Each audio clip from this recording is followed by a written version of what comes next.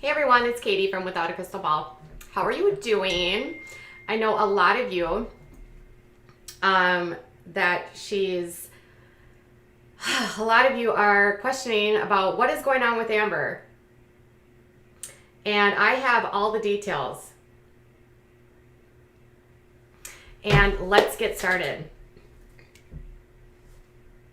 Today in court in Indiana, Amber Portwood pleaded guilty. Now, this guilty plea is a little bit more extensive than what she had leaked or her camp had leaked last week to Us Weekly. And I have the exclusive details from individuals that were in court today and heard the verdict or heard the plea agreement, were privy to everything, and I've got it all. So here's what we know. Last week, Amber Portwood said that she would be pleading guilty to one felony and would be receiving a 1-year probation sentence. Well, that's what Us Weekly reported, okay? Shortly after that, she went online on Instagram, made threats to people about the case where she specifically said, just wait until October 31st when I tell my side. She defiantly, she spoke about the case despite a gag order related to the case. She also promised to share her side of the story and was defiant with individuals in court on Instagram Live. Shortly before going into court, I was told that prosecutors obtained video of this IG rant by Amber, which changed things a little bit dramatically for prosecutors. They said that it was clear, according to my source, that she was speaking about the case, and that based on this behavior, prosecutors, according to my source, had no idea how defiant she was leading up to her hearing. Well, what happened in the hearing? According to sources that were in court, she was a little bit defiant with the judge, speaking back to the judge regarding some custody issues, telling the judge she had not seen her son James in at least 2 weeks, and also complaining and disputing aspects of her charges. Based on her behavior with the judge, I was told by sources, reminded her that she has a lengthy prison sentence hanging over her head if she does not abide by the agreement. So what is the agreement? Here's the details. Amber pleaded guilty to 2 charges. Counts 2 and 3 were dropped. So what happens is she pled guilty to count 1 of domestic battery as a felony offender or a repeat offender.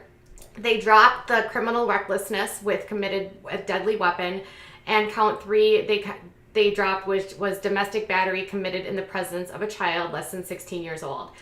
But on a last moment addition, based on some new information received by the prosecutors, they added intimidation by a habitual felony offender enhancement. According to sources, the intimidation relates to threatening Andrew Glennon's life with a machete. And intimidation, she continues to pose on social media. Apparently, allegedly, I don't know. Okay.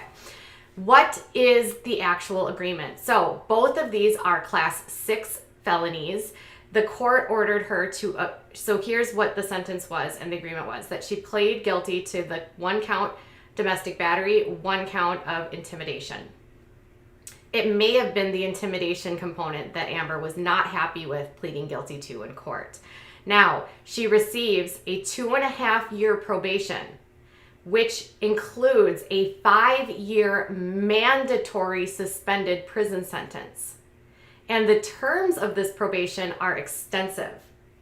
She is to complete a domestic violence batterers course, which is 26 weeks in length, a parenting course, which is also 26 weeks in length, a drug counseling course, which is 26 weeks in length, and she's mandated to undergo a psychiatric evaluation along with random drug screenings with a probation officer by her own expense for the full 2.5 years of her probation. If she violates probation, she can go to jail for a mandatory 5 years. So this will not be a walk in the park for her. She'll have a lot that she needs to complete in order to comply with the court. Based on her behavior in court, sources say that this might be a tough road for her, being that she was not happy with aspects of this agreement. Now, one more thing. As always, Amber has the court dropped the no contact order that they had, the pre-trial no contact order with Andrew Glennon, and then initiated a new no contact order with Andrew for another year. So she is ordered not to have any contact with Andrew Glennon, either through like direct contact or through a third party, and also not supposed to speak directly to him or through the use of social media. This is going to be tricky for her. Only a week ago, she was promising to tell her side of the story, and with this new no contact order, along with this probation requirements, talking about the case or potentially making threats to Andrew on social media could mean a violation of her probation and a sentence of a straight to jail kind of day. So how is the victim feeling in this case? Well, according to sources connected to Andrew, he is relieved that this is over, mostly relieved that she will finally receive the help that she, I can actually tell you. Relieved that she will finally be receiving the help that she should have had after experiencing what she did with Gary. This help that she will be receiving now could have helped the family they had before, had she gone through this with her first conviction. But unfortunately, she did not receive this help at the time. Sources connected to Andrew say that he hopes that she uses this time to get the help that she needs. And they are extremely happy that no one in this case was seriously hurt. Andrew did read a victim impact statement, which we will be receiving later today from sources connected to Andrew. There will also be some other details released about the case. You just need to hang tight for that. So after a whirlwind of months and months and months, who was at the courthouse to support her? Well, according to sources, Gary Shirley and Christina Shirley attended, along with Tanya Portwood and Amber's aunt. In attendance as well was Larry from MTV, one of the executive producers of Teen Mom OG.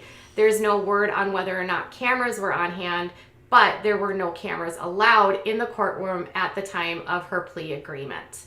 So MTV is clearly keeping a pulse on what happens. TMZ had previously reported this past July that if she did plead guilty to any of these counts or was found guilty on any of these counts, it could spell an end to her time on Teen Mom OG. We will see how that all plays out and whether or not they do decide whether or not they are going to fire her based on this new plea agreement. Her plea does include now this will be the second time she pleads guilty to domestic battery. She pleaded guilty in 2011 to one count of domestic battery related to Gary Shirley, along with domestic battery involved in front of a child less than 16 years old, meaning Leah. So based on today, this is Amber's fourth felony. She's a 4-time felon. So as a part of her probation standard, she cannot carry or possess a firearm, and she also cannot be around individuals that are using drugs or drinking alcohol. This is going to be a tough one for Amber. She's going to have to be on the straight and narrow and do everything that she can to get better. Otherwise, she could end up spending 5 years in jail.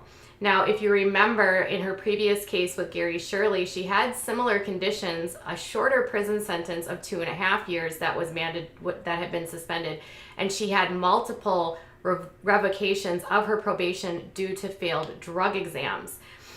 Thus far, she has been screened and thus far has not failed according to court documents, but she will be under the court order of having mandatory drug screens this entire time.